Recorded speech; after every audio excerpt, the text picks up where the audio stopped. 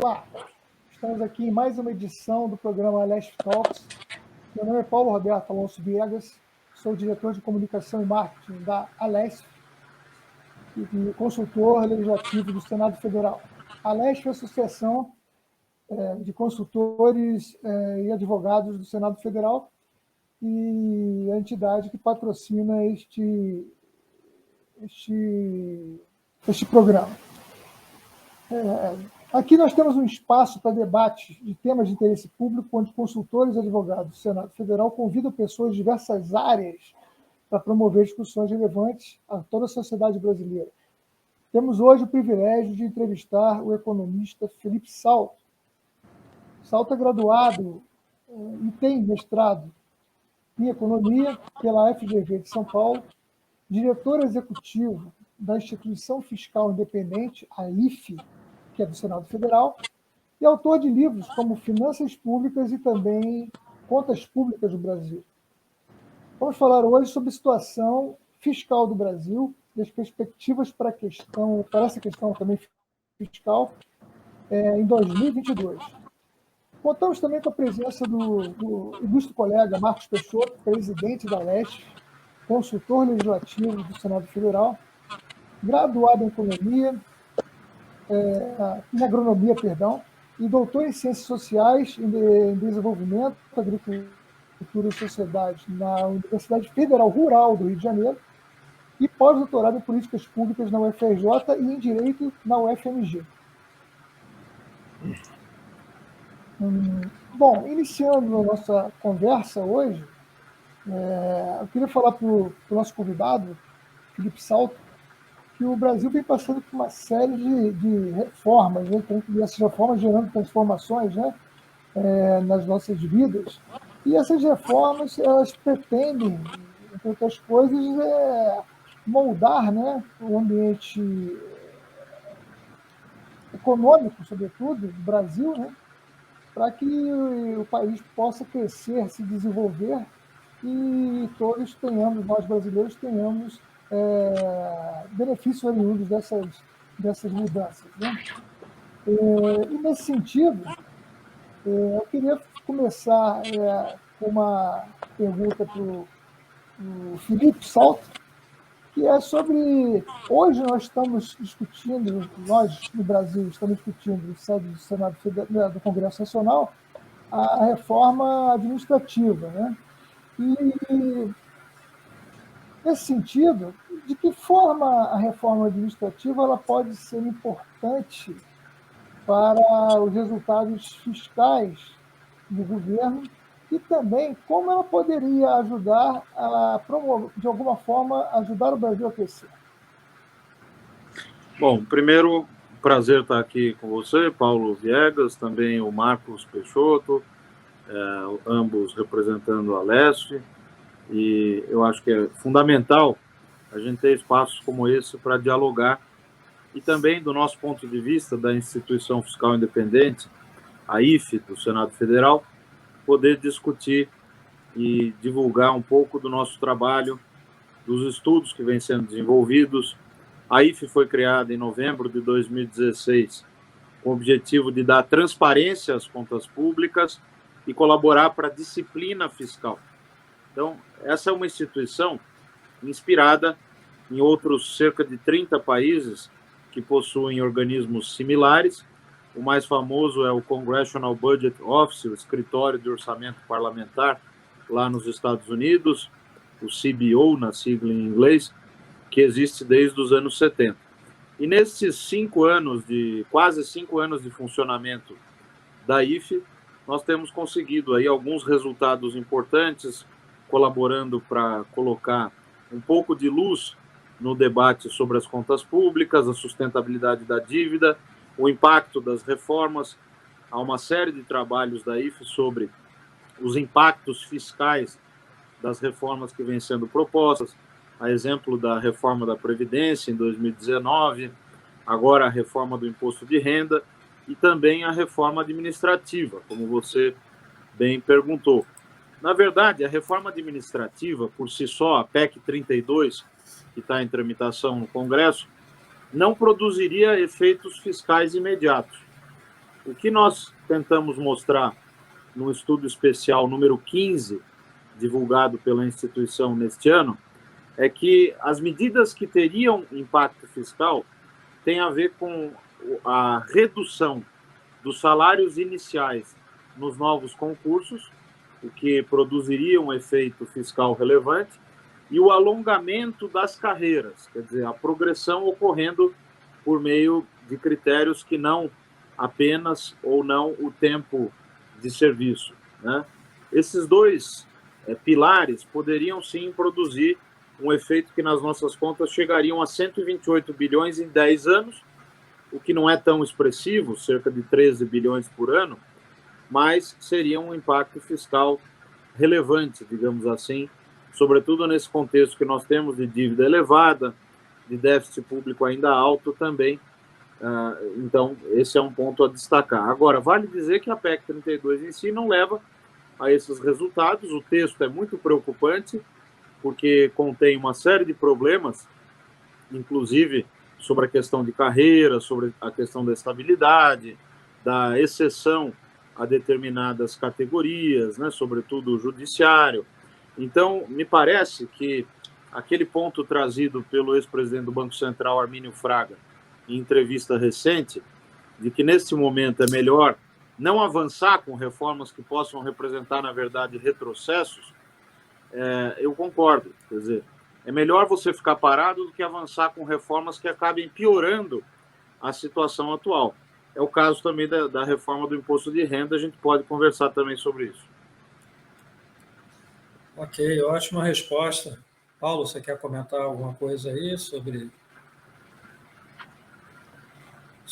a resposta do Felipe? Vou encaminhar, então, aqui uma pergunta adjunta a essa aí da reforma administrativa. Primeiro, lembrando que, quando a gente fala de reforma administrativa, a gente não está falando só de uma reforma que atinge a União, né, o governo federal. Ela atinge todos, ou deveria atingir todos os poderes, assim como estados e municípios, porque a gente está falando de uma proposta de emenda à Constituição, né? Então, o que torna o assunto ainda mais delicado. Essa PEC 32 de 2020, né? Então, ela está completando aí mais ou menos um ano de tramitação no Congresso, mas eu diria que os debates não estão tão aprofundados assim. Há muito mais uma preocupação por parte do governo, da sua base de apoio no Congresso, em fazer avançar a proposta da forma como ela foi apresentada, embora muitas mudanças tenham sido propostas pelo relator, né, do que efetivamente fazer uma discussão profunda baseada num diagnóstico sobre realmente quais são as mudanças que têm que ser feitas do ponto de vista da gestão pública, que reforma administrativa efetivamente devesse ser feita, né, com base num diagnóstico mais aprofundado e de uma realidade, na verdade, tão diversa como a que nós temos, né, nos diversos segmentos, né, da administração pública, nos 3 poderes, nos 3 níveis de governo, né? Mas, sabendo-se que a reforma administrativa não é essa varinha de condão, né, que vai resolver o problema fiscal no curto prazo, né, e nós estamos desde aí de 2016 com um teto de gastos, com uma estratégia imposta via mudança na Constituição Federal para tentar coibir, né, os excessos de gastos, a irresponsabilidade fiscal que vinha sendo praticada, né, não só também pela União, mas também pelos estados e municípios, no sentido de que os gastos vinham sempre superando as receitas, né? Eu queria trazer uma questão aqui que eu acho que para mim é relevante, né, e aí eu queria saber a sua opinião, Felipe, sobre o déficit primário, né, que ele depende, entre outra medida, tanto da dimensão dos gastos quanto das receitas esperadas, projetadas no orçamento, né, isso de cada ano, né? Anualmente são aprovadas, propostas pelo governo federal e aprovadas pelo Congresso Nacional, um volume significativo de renúncia fiscal, de renúncias a receitas tributárias, que, salvo engano, você me corrija se eu estiver errado, em 2020 estavam projetadas em 331 bilhões de reais. Esse ano de 2021 seria na faixa de 315 bilhões de reais e em 2022 eu não sei qual é essa projeção ainda. Ainda que a gente tenha uma trajetória de queda dessas renúncias, é um volume muito significativo, né, dada a situação de aperto fiscal. É claro que isso aponta para dois problemas. Você não pode zerar completamente a renúncia fiscal sem saber qual é o impacto disso na economia, mas você também não pode conceder uma renúncia fiscal nesse montante, né, sem saber qual é o retorno que você vai ter do ponto de vista de geração de emprego, investimento pelas empresas, aumento de competitividade, algo que efetivamente não se monitora, né? Quais são os benefícios reais dessas renúncias fiscais. Então, eu queria ver, na sua opinião, como é que você acha que deveria ser lidado com esse problema, né? Como é que esse problema deveria ser trabalhado? Seria no âmbito de uma reforma tributária, uma redução progressiva dessas renúncias a cada ano, para ir como que, assim, desmamando os setores da economia que estão sempre reivindicando, né, a reprodução dessas renúncias ano a ano? Olha, Marcos, eu acho que essa pergunta é fundamental, porque, primeiro, você traz uma dimensão que é a das regras fiscais, né? O Brasil é pródigo em criar regras fiscais, mas não é tão pródigo em cumprir com essas regras do jogo, né? Exemplo, a meta de resultado primário, que é receita menos despesas sem considerar o gasto com juro, o teto de gastos públicos mais recente, de 2016, a regra de ouro das contas públicas, aquela que diz que não se deve fazer dívida se não for para investir, e uma série de outras regras auxiliares, incluídas também na Lei de Responsabilidade Fiscal. Vale dizer que o teto de gastos e a regra de ouro são constitucionais.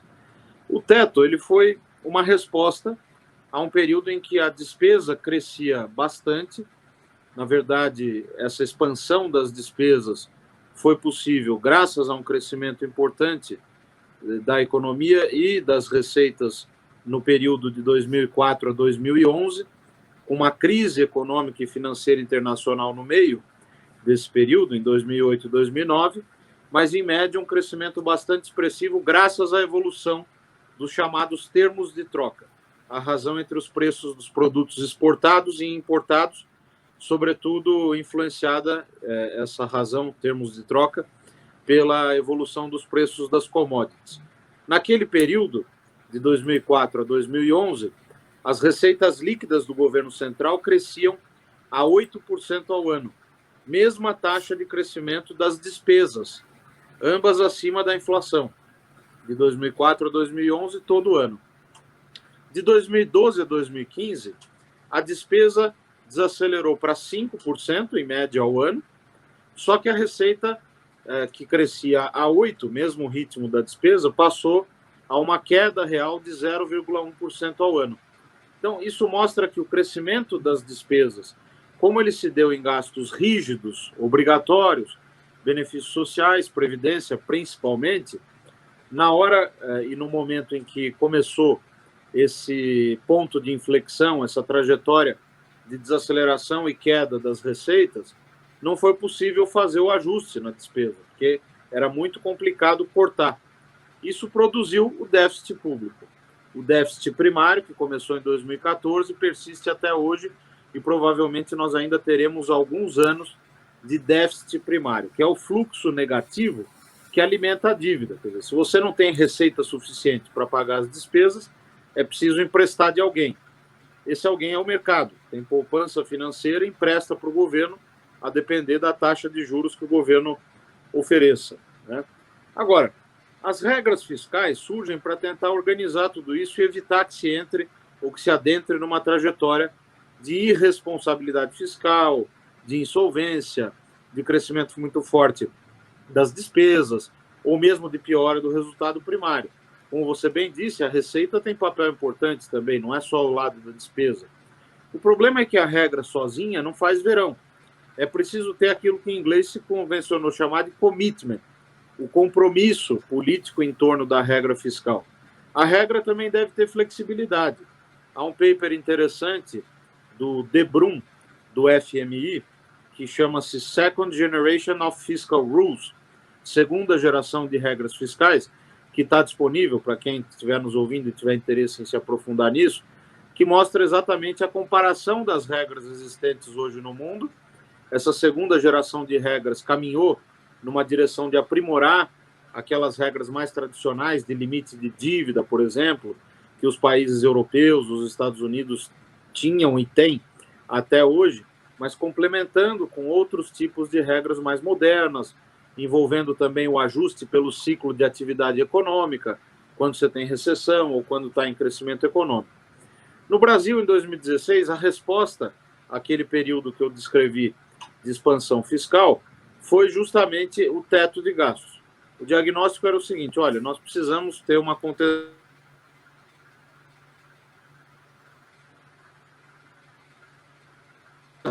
as contas públicas, né? Esse é o principal problema que está acometendo as contas públicas.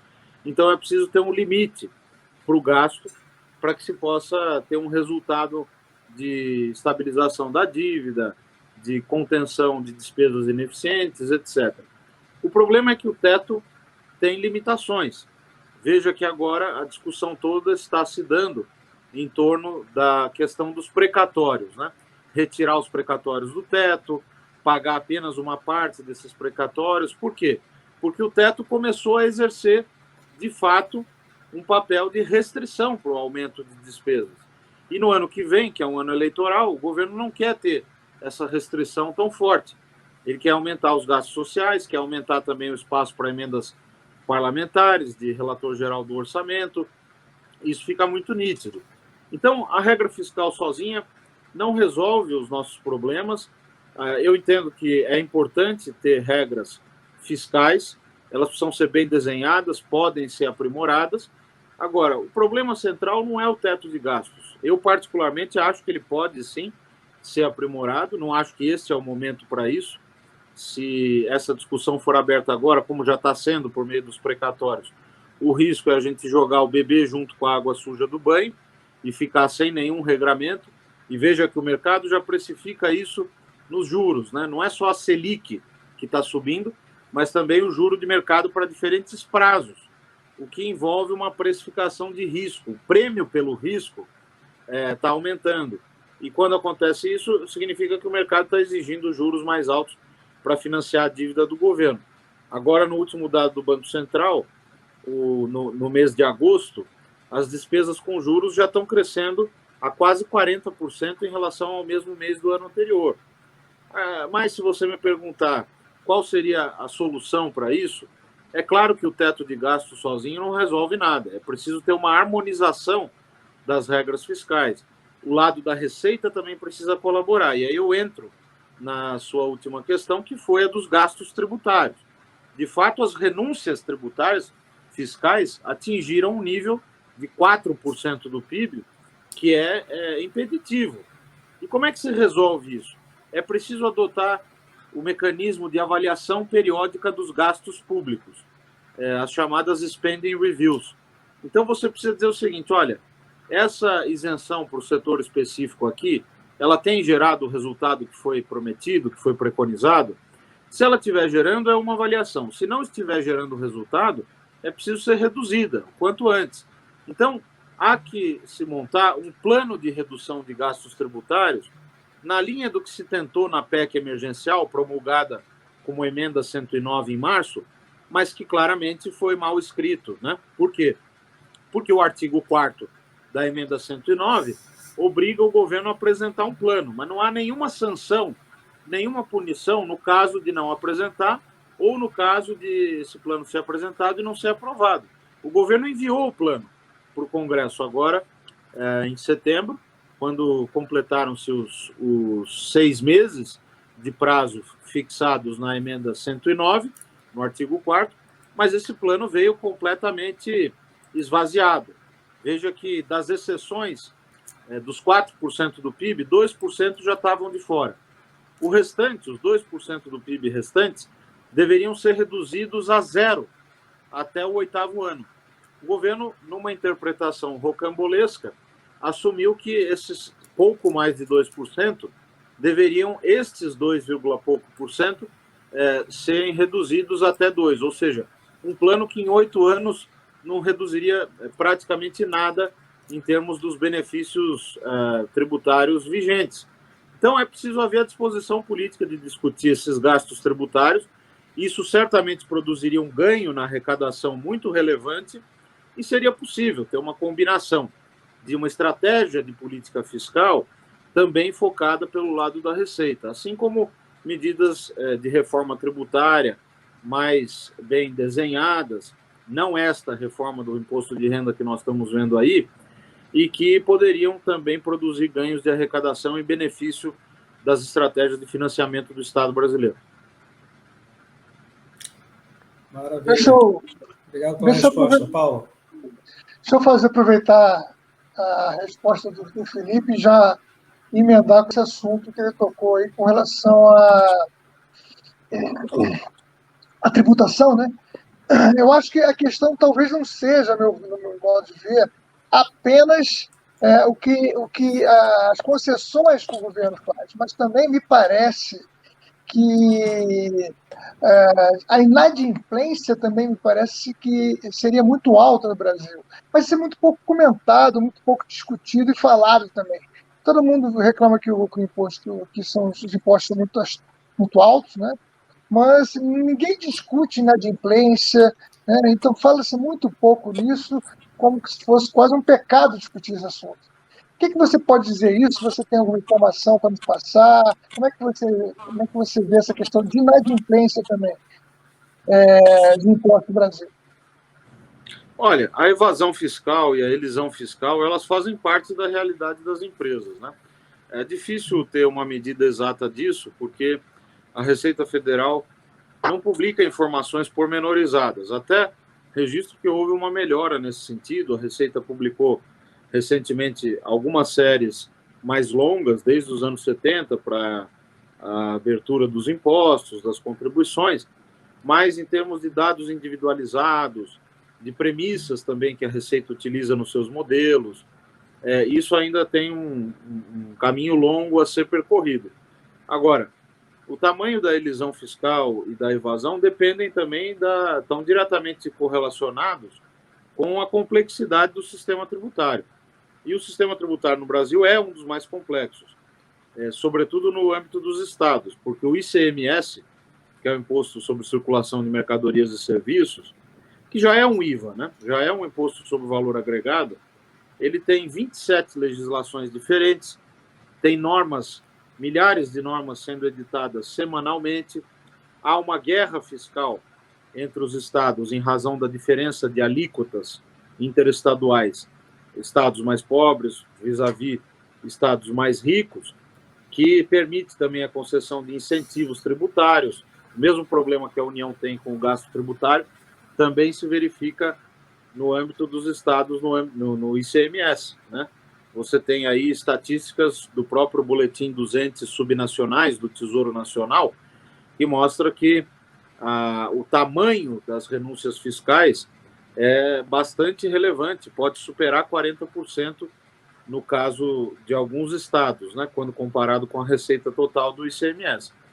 Então, o que dá para dizer é que seria possível ter ganhos de arrecadação com medidas de simplificação, que tornassem o sistema mais inteligente. No âmbito do imposto de renda, nós temos um sistema avançado. É claro que ele pode ser melhorado, sobretudo do ponto de vista da progressividade. Tributar mais o andar de cima do que o andar de baixo, mas isso não é trivial de ser feito, né? Veja o caso do PL 2337, que é a reforma do imposto de renda aprovada na Câmara, agora tramitando no Senado, em que o saldo líquido do projeto, como nós mostramos na nota técnica número 49, vai ser negativo. Nós vamos ter uma perda de arrecadação se o projeto for aprovado, mesmo com a reinstituição do tributo sobre a distribuição de lucros e dividendos. Marcos. Vou ficar aproveitando aqui para trazer um pouco o nosso debate para o curto prazo, né? Eu estou aqui com a nota técnica elaborada, nota técnica número 5 das consultorias de orçamento do Senado e da Câmara sobre o projeto de lei orçamentária para 2022. E na Lei de Diretrizes Orçamentárias para 2022, o governo fixou um déficit primário na faixa de 170,5 bilhões de reais, né, que daria 1,92% aqui do PIB. Mas no projeto de lei orçamentária anual de 2022, o governo prevê um resultado primário do governo central deficitário em apenas 49,6 bilhões, 0,53% do PIB, uma redução de 71% em relação ao que foi autorizado pela LDO e 68% em relação ao déficit esperado para 2021, que era de 155,4 bilhões de reais. Então, queria saber a sua opinião sobre esse shift, essa mudança de expectativas do governo federal de 170 bilhões na LDO para 49, quase 50 bilhões de reais no projeto de lei orçamentária anual. É factível esperar essa redução de déficit primário, dada essa trajetória dos debates, né, que a gente tem? Claro que isso é função também da expectativa de arrecadação, né, está relacionado à taxa de crescimento de economia, né, que a economia crescendo aumenta a arrecadação também da União. Mas é factível esperar uma redução tão grande assim dessas expectativas? Olha, o projeto de lei orçamentária anual, eu costumo dizer que ele nasceu defasado, né? Nasceu datado. A nota técnica das consultorias é sempre muito importante, inclusive para nós aqui, para o nosso trabalho na IFE, nós bebemos muito na fonte, né, das consultorias para elaborar as nossas projeções, porque a IFE tem um objetivo legal, né, fixado na resolução do Senado número 42 de 2016, que é justamente traçar cenários. Então, traçar cenários macroeconômicos, traçar cenários fiscais, projetar o impacto de eventos que tenham efeito fiscal relevante, né? Muitos que nós já acabamos discutindo aqui nas outras perguntas. E o quarto objetivo, que é acompanhar as metas fiscais. Então, o número que veio no PELOA, ele está baseado em parâmetros defasados. O projeto de lei orçamentária anual foi apresentado, por exemplo, com uma inflação em 2021 em torno de 6%. E o mercado já projeta uma inflação para o fim do ano em torno de 8,5%. É claro que isso afetará as despesas do ano que vem, porque como o orçamento todo é indexado à inflação ou a algum outro indexador, então isso acaba produzindo um movimento inercial em que, quando a inflação do ano anterior é mais alta, a despesa fica também mais alta no ano seguinte, né? Claro que o efeito disso sobre o teto, quando o governo segura a projeção, ele consegue ter um espaço maior no teto de gastos, tanto é assim que o PELOA veio com os 89,1 bilhões de precatórios sendo pagos.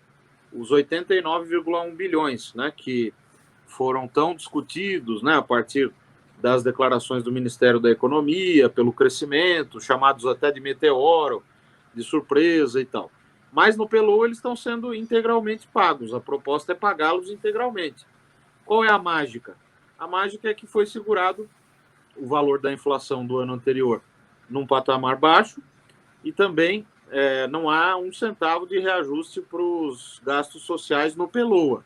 Agora, depois do PELOA, é que o governo está tentando trabalhar para encontrar caminhos, né, burlando o teto de gastos, retirando precatórios ou parcelando, que é a proposta que o governo quer, parcelar ou pagar um valor máximo. Essas são as duas que o governo vem discutindo, né? A PEC 23 é a do parcelamento, e o limite máximo foi anunciado recentemente numa coletiva à imprensa do ministro da Economia com o presidente do Congresso e o presidente da Câmara, mas essa seria a solução pós-PELOA, né? O texto do PELOA propriamente dito, ele revela uma situação que provavelmente não vai se concretizar. Ele nasceu datado, nasceu defasado. Agora, o resultado primário, é possível sim que ele melhore no ano que vem. Depende muito do lado da despesa, mas o grande fator é a receita. Por quê? Porque neste ano de 2021, a receita está crescendo bastante, o que tem a ver com um fator estrutural que é a inflação. o governo brincou muito com fogo com a inflação. Achou que a inflação não ia ser um problema, ela acabou se transformando num problema grande, o IPCA batendo quase 10%, o INPC já supera os 10%, que são os dois índices principais, e o Banco Central reage aumentando juros. Ora, o que acontece com isso? Aquele ganho que o governo tem com a inflação, porque veja, tudo fica mais caro, então os impostos e tributos que incidem sobre essas coisas que estão sendo transacionadas, bens e serviços, que estão com preços mais altos, acabam tendo também esse efeito, carregando esse efeito. Então a arrecadação cresce, influenciada também pelos preços de commodities, pela taxa de câmbio e pela base de comparação muito baixa do ano passado. É isso que está acontecendo. Esse ganho de arrecadação ajuda a produzir resultado melhor, o receita menos despesa, que é o chamado resultado primário, ajuda na dívida, porque o PIB nominal fica mais alto, então a dívida sobre o PIB melhora, tanto que a dívida de dezembro para cá diminuiu. E o governo comemora esses resultados como se fossem derivados de políticas estruturais, de decisões de política econômica. Na verdade, não. A inflação perpassa tudo isso. Agora, o que vai acontecer no ano que vem? A ajuda camarada da inflação vai continuar prevalecendo sobre os outros indicadores? A resposta é que se o juro continuar aumentando, como o Banco Central está aumentando para conter a inflação, corretamente, a meu ver, e o mercado continuar precificando o risco fiscal, o risco político institucional, o risco externo, como está precificando hoje, o custo da dívida vai aumentar fortemente. A IFE alertou para isso há meses atrás, né? Alertou para isso há um bom tempo. E está acontecendo aquilo que nós dissemos. O custo da dívida está aumentando, é só olhar os leilões do Tesouro, as taxas das novas emissões estão subindo, a despesa com juros está crescendo, e a dívida é uma questão de poucos meses para que ela volte a crescer, a dívida sobre o PIB. Aí o que vai acontecer com a arrecadação no ano que vem? Com essa taxa de juros bem mais alta, o crédito vai ser minado, o consumo por consequência e também o investimento. Logo, o crescimento econômico no ano que vem vai ser muito baixo. E com o crescimento econômico muito baixo, já quem projete no mercado um crescimento econômico abaixo de 1%, nós, por enquanto, estamos com 1,7%, que já seria uma taxa muito baixa, mas a do governo é bem mais alta do que essa lá no Peloa, né? Com crescimento econômico menor, a arrecadação poderá ter um desempenho frustrante. E aí esse déficit primário benigno que o governo está projetando no Peloa poderá não se concretizar. Qual é a possibilidade desse déficit primário ficar, de fato, na casa de 50 bilhões? Essa é a inflação persistir num nível alto, ajudando a arrecadação em termos nominais e colaborando para esse resultado primário menor. Mas essa dinâmica não é sustentável, quer dizer, esse aparente resultado positivo esconde uma debilidade estrutural e uma dinâmica das contas públicas e da economia que é bastante negativa. Excelentes pontos que o Felipe abordou, né, na fala dele. Eu queria fazer duas perguntas, uma provocação em cima desse assunto do teto de gastos, que é o seguinte: Felipe, tecnicamente, o teto de gastos tem prazo de validade e antes do que a norma prevê? E outra coisa, quais seriam os efeitos, né, de eventualmente se decidirem politicamente acabar com o teto de gastos? Quais seriam os efeitos econômicos na eventualidade ocorrer isso, encerrar com o teto de gastos? Então são duas perguntas em uma. Pois é, até na minha última coluna para o Estadão, na terça-feira, o título é O Fim do Teto de Gastos, que é provocativo, mas você vai perceber que é o seguinte: essas medidas para discutir como fazer com os precatórios, precatório é uma despesa obrigatória.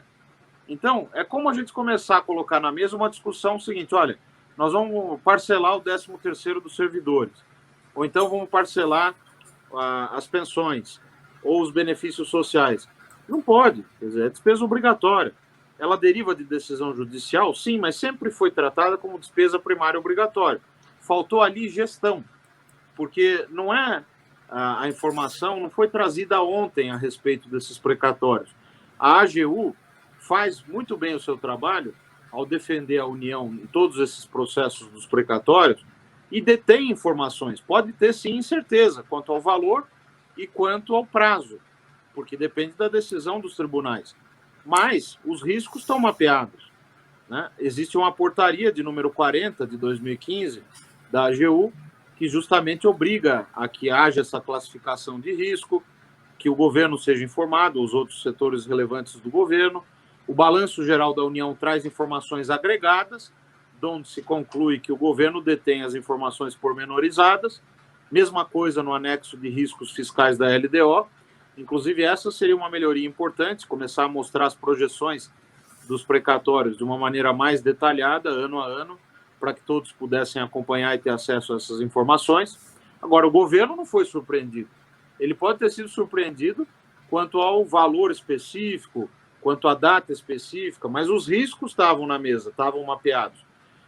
Faltou gestão, faltou chamar os grandes precatoristas para negociar, pagar com deságio, como a Constituição permite. Isso não foi feito. Então, agora, às vésperas do fim do ano, o orçamento já tramitando, o governo quer simplesmente parcelar os precatórios.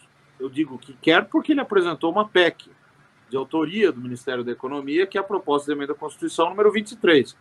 Ou então pagar um valor máximo de 40 bi, abrindo um espaço no teto de gastos no ano que vem de 48,6 bilhões, de acordo com as contas que nós publicamos no último relatório de acompanhamento fiscal da Instituição Fiscal Independente, disponível no site do Senado, senado.leg.br/IFI, né? Lá em publicações, relatório de acompanhamento fiscal, setembro. Esses dados, quer dizer, essa abertura no teto de gastos, tem um objetivo só, é dizer que está cumprindo a regra, mas, na verdade, modificando a regra por dentro. Aí o que vocês poderiam dizer é o seguinte, mas se a regra está sendo modificada na Constituição, qual é o problema? O problema é mudar a regra do jogo para vencer a partida. Já fizemos isso no passado e deu errado. O Brasil, na verdade, nunca descumpriu regra fiscal, porque na iminência de romper, ele muda. Ele passa a fazer descontos, como fazia na meta de resultado primário. Agora o teto de gastos é o alvo, porque é a regra que está sendo binding, que está sendo restritiva, que está gerando necessidade de promover ajuste fiscal. Agora, o que nós devemos fazer, então? Abandonar o teto de gastos, ou modificar a regra, ou ainda ir por esse caminho de fingir que está cumprindo, mas mudar a regra por dentro? Esses caminhos todos são muito preocupantes. Seria importante manter a regra do jogo no curto prazo, fazer o corte de despesas no ano que vem para poder pagar esses precatórios. Uma saída que pode ser utilizada é a contabilização do precatório do Fundef, que é o Fundo da Educação lá dos anos 90, cujo sucessor foi o Fundeb, e está excluído já do teto de gastos desde a origem da emenda 95, lá em 2016, e isso abriria 16 bilhões no ano que vem de espaço. Então, isso pode ajudar a financiar o gasto social que se quer fazer, e que eu acho que é necessário, o incremento no programa social. Nós estamos vendo a precariedade do quadro social, o aumento do número de pessoas vivendo na extrema pobreza, e mesmo na pobreza, né, dados da Fundação Getúlio Vargas, do CPS, o Centro de Política Social, do Marcelo Neri, que é referência nesse assunto. O mercado de trabalho ainda muito ruim, um desemprego próximo de 14%, pouco abaixo de 14%, inflação elevada, que leva a ressuscitar uma palavra que parecia morta já, né, que era a carestia. As pessoas com R$250 de auxílio emergencial não conseguem sustentar uma família de 4 pessoas durante um mês inteiro. Apenas o gás, por exemplo, corresponde a algo como R$90 a R$100, dependendo da região. Então, faltou por parte do governo não um programa de distribuição do bem final, como está se discutindo agora, mas um programa de transferência de renda emergencial, um auxílio emergencial que, inclusive, está contemplado na regra do teto, porque o teto permite fazer crédito extraordinário em situações de calamidade.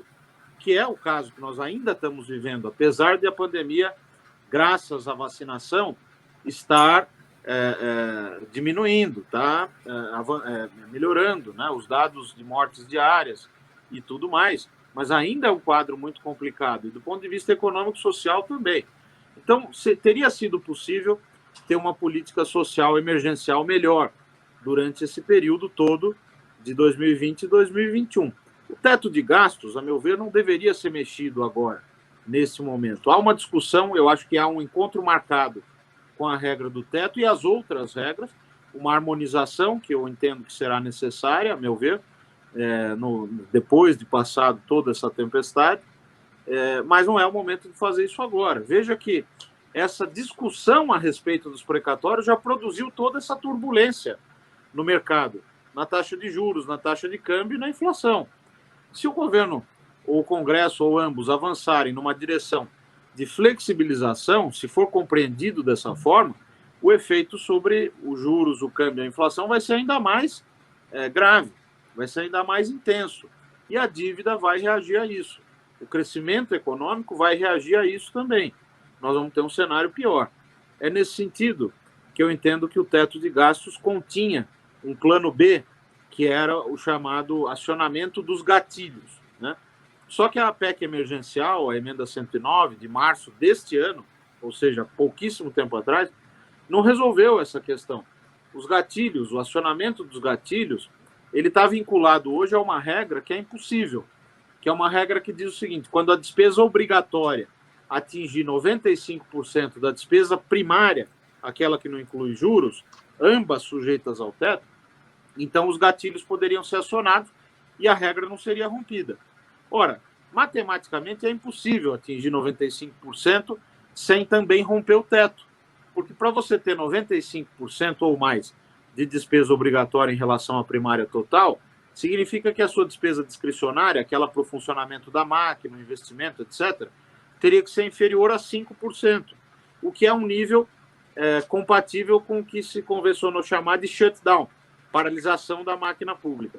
Logo foi feito um esforço político enorme para aprovar a PEC emergencial, agora a emenda 109, promulgada em março passado, sem que esse problema tivesse sido resolvido. Na verdade, piorou, porque a minha interpretação da regra original da emenda 95 é que sim, o PELOA poderia conter esse quadro de rompimento com acionamento de gatilhos, não seria o fim do mundo. Toda regra fiscal que se preze tem um plano B embutido. Mas agora Inês é morta, né? Agora nós estamos com um problema que é um dilema que o governo coloca, como se o parcelamento ou a fixação do limite máximo para os precatórios fosse a única saída possível. Não se cogita cortar a despesa discricionária, que está fixada em 114,8 bilhões no PELOA, e poderia chegar até 104 pela nossa conta, sem risco elevado de shutdown, apesar de ser um nível muito baixo, mas esse é o caminho duro, é o caminho que ninguém quer. Mesmo o caminho do Fundef, de excepcionalizar o precatório do Fundef, que bastaria uma portaria do Ministério da Economia, também não é desejado, porque ele abriria apenas 16 bilhões. Os outros caminhos, por exemplo, o parcelamento, abriria 39,2 bilhões no ano que vem no teto de gastos para gastar, abriria a proposta de fixar limite máximo e a proposta de retirar do teto abririam 48,6 bilhões. Então, quer dizer, você conseguiria pagar o incremento do Bolsa Família / Auxílio Brasil e ainda sobrariam recursos, provavelmente direcionados a emendas, a gastos pulverizados, cuja qualidade se conhece bem. Muito obrigado, muito esclarecedora a resposta. Nós estamos com um tempo já bastante adiantado, não sei se o Marcos Peixoto quer fazer mais alguma questão, algum questionamento, alguma colocação. De minha parte, eu já fiz as questões que eu queria colocar para o Felipe Salto, que foram muito bem respondidas. Marcos Peixoto, quer falar alguma coisa? Uma pergunta final, uma provocação aqui. No início do ano passado, quando se anunciou aí a necessidade de aumento do socorro, né, por parte do Estado brasileiro as empresas que teriam que fechar, encerrar ou temporariamente as suas operações, né, os serviços, o comércio de modo geral, uma preocupação geral sobre o fechamento, a paralisação do funcionamento das empresas. Pessoas perderiam empregos, então o Estado teria que aportar recursos para socorrer essas empresas, evitar demissões, né, e assim um agravamento da crise social decorrente da paralisação da economia em função da pandemia. E aí, nesse momento, lá para mais ou menos abril, maio, né, uma discussão, de certa forma, se travou, né, nas redes sociais, em alguns meios de comunicação, sobre quais as estratégias alternativas para o governo lidar com essa expansão dos gastos, né, de socorro às empresas e à população, sobretudo através do auxílio emergencial, a população mais carente. E alguns desses economistas defenderam que isso pudesse ser feito através de uma espécie de emissão de moeda, né? Quer dizer, a base desse argumento seria a chamada teoria monetária moderna, ou em inglês a sigla MMT, né, que advoga que poderia ser feito eventualmente uma injeção de recursos, né, para promover um movimento contracíclico, né, de recuperação de um processo de recessão, que era o que estava se anunciando, né, para o ano de 2020, com a paralisação da atividade econômica, né, e que o Estado teria esse papel de tentar reverter essa tendência à paralisação através de uma estratégia planejada, né, de alocação de recursos que não seriam oriundos da emissão de títulos, né, do aumento do endividamento, mas sim a emissão de moeda, salvo se eu estiver enganado em relação aí ao que prediz essa teoria monetária moderna. E alguns economistas, inclusive, têm advogado que essa injeção de moeda em circulação para promover esse processo contracíclico, anticíclico da recessão econômica, não teria efeitos inflacionários significativos. E usam como experiência, como caso, a crise de 2008, 2009, em que muitos países teriam injetado recursos em suas economias, né, e que isso não teria resultado em inflação. Né? Então, eu queria saber a sua opinião a respeito sobre essa estratégia, né, de promoção, de investimentos. Né? Não estou falando aí de um gasto sem retorno, tem que ser investimento planejado efetivamente, né, quando se espera de ter efeitos sinérgicos na economia para a recuperação da atividade econômica, através dessa estratégia, contornando assim, por exemplo, problemas de natureza fiscal, as renúncias fiscais, né, o gasto tributário e o aumento do endividamento público. Não, muito boa pergunta. As perguntas são complexas, então eu me permito responder com um pouquinho mais de tempo também, mas fiquem totalmente à vontade para interromper se eu estiver me estendendo demais. Agora, é um tópico instigante, né? O eminente economista André Lara Rezende trouxe esse debate para o Brasil.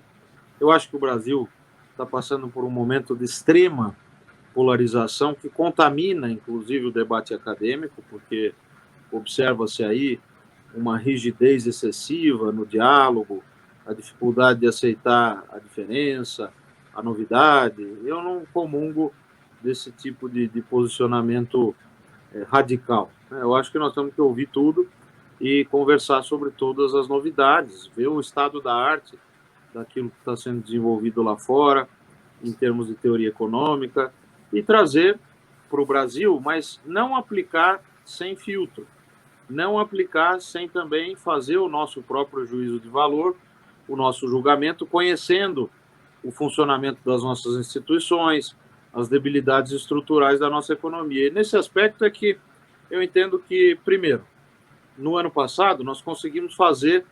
Veja, o orçamento era de cerca de 1,5 trilhão. Foram feitos 520,9 bilhões a mais em gastos via orçamento de guerra, né, a PEC do orçamento de guerra, para combater a Covid-19 e os seus efeitos. Transferências para estados e municípios, recursos para as empresas via Pronamp, o PEAC Maquininhas, como ficou conhecido o programa também de ajuda, o auxílio emergencial, e os gastos diretos em saúde foram os principais, né?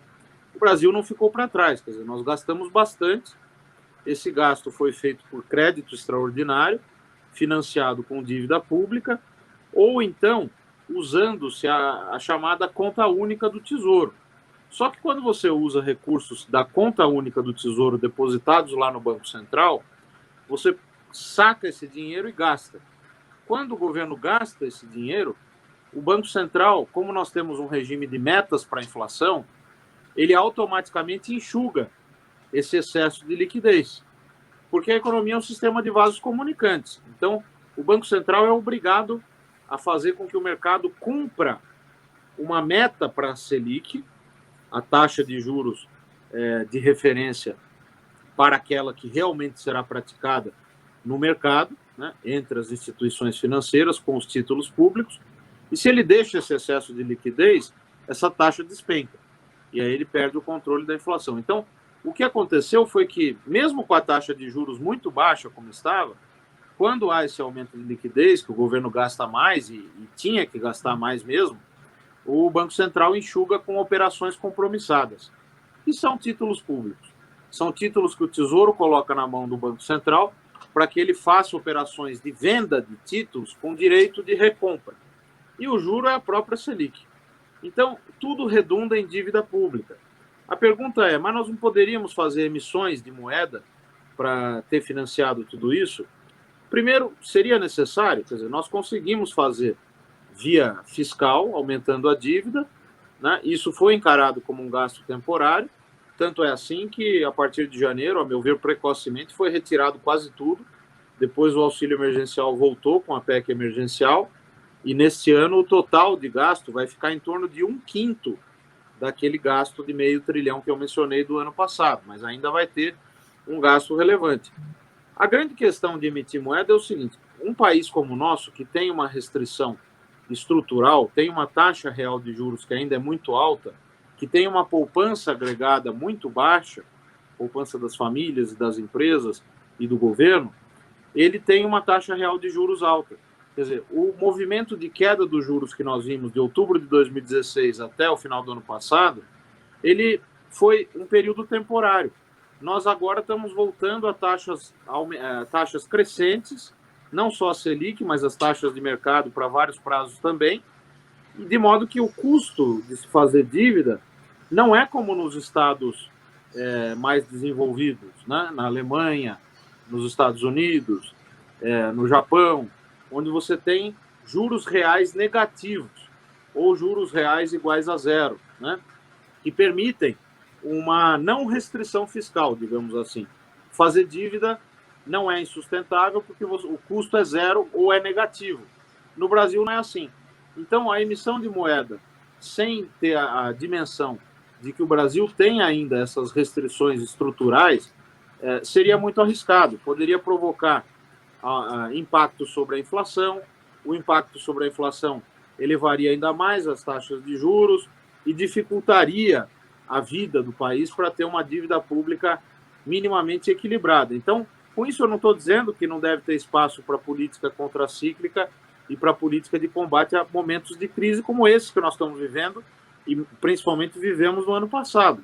A questão é que precisa fazer isso respeitando a restrição fiscal e a restrição orçamentária. Eu acho que a restrição orçamentária não pode ser ignorada, né? O caminho é o caminho da responsabilidade fiscal, que vai permitir ao Brasil ter juros reais mais baixos por mais tempo. Esses juros mais baixos estimularão o investimento e o investimento vai estimular o crescimento econômico. Eu ainda entendo que esse seria o caminho mais palatável para que o Brasil possa entrar numa trajetória de crescimento econômico. Infelizmente, nós estamos distante dele nesse momento, por várias razões, inclusive pela inépcia, pela dificuldade de se ter um norte mais claro na política econômica, pela qualidade das reformas que estão sendo apresentadas. O caso da reforma do imposto de renda é emblemático, né? Nós, pelas contas da Instituição Fiscal Independente, na nota técnica 49, o projeto vai ser negativo para o erário.